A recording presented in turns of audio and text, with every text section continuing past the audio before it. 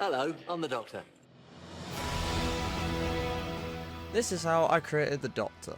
Doctor Who is an iconic British series which has lasted over 60 years, and being that I'm a nerd from England, I'm a lifelong fan. So I wanted to remake the Doctor in the style of my animated series Bulletproof Hearts.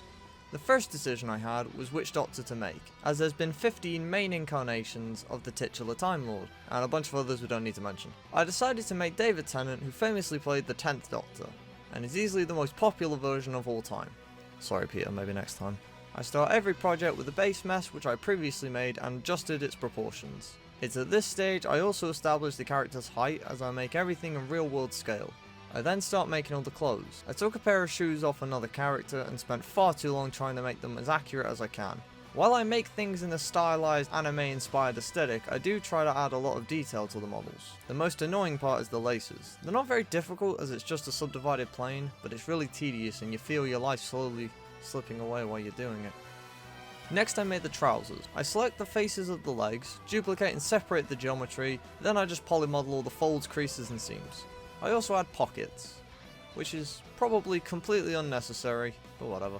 It was the same process to make the shirt. I add a solidify and a subdivision surface modifier to all the clothing to give them a bit more depth. Once I finish modeling the collar, I apply the mirror so I can overlap the shirt and add some asymmetry. The buttons are just cylinders. I added a subdivided cube to make the tie. The tie he wears is a bit weird because it's squared off at the bottom. I then duplicated parts of the shirt to make the waistcoat using all the same methods covered.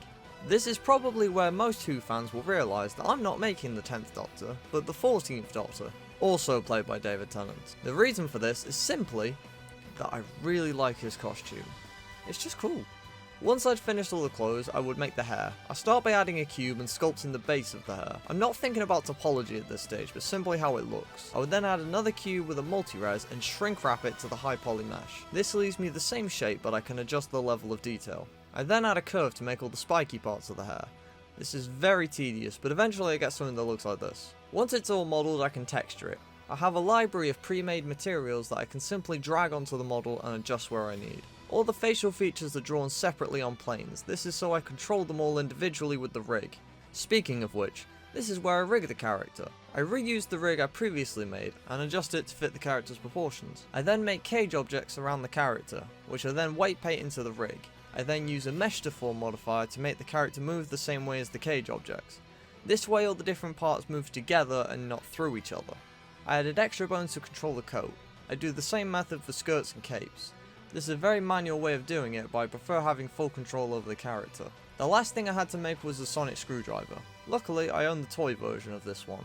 It's probably my favourite one they've made. This was just some cylinders and hues. Again, I tried to stay as accurate as I can to the real object, but exaggerate its proportions, and add my weird heart shaders. It's not properly rigged, but I did make the screwdriver in parts so it can open like the real one. But what's the Doctor without his TARDIS? I just happened to have made the 12th Doctor's TARDIS last year, which I'd used for some other stuff. So it was as simple as retexturing the asset with the heart shaders and boom! I then posed the character and rendered him out, and this was my final result.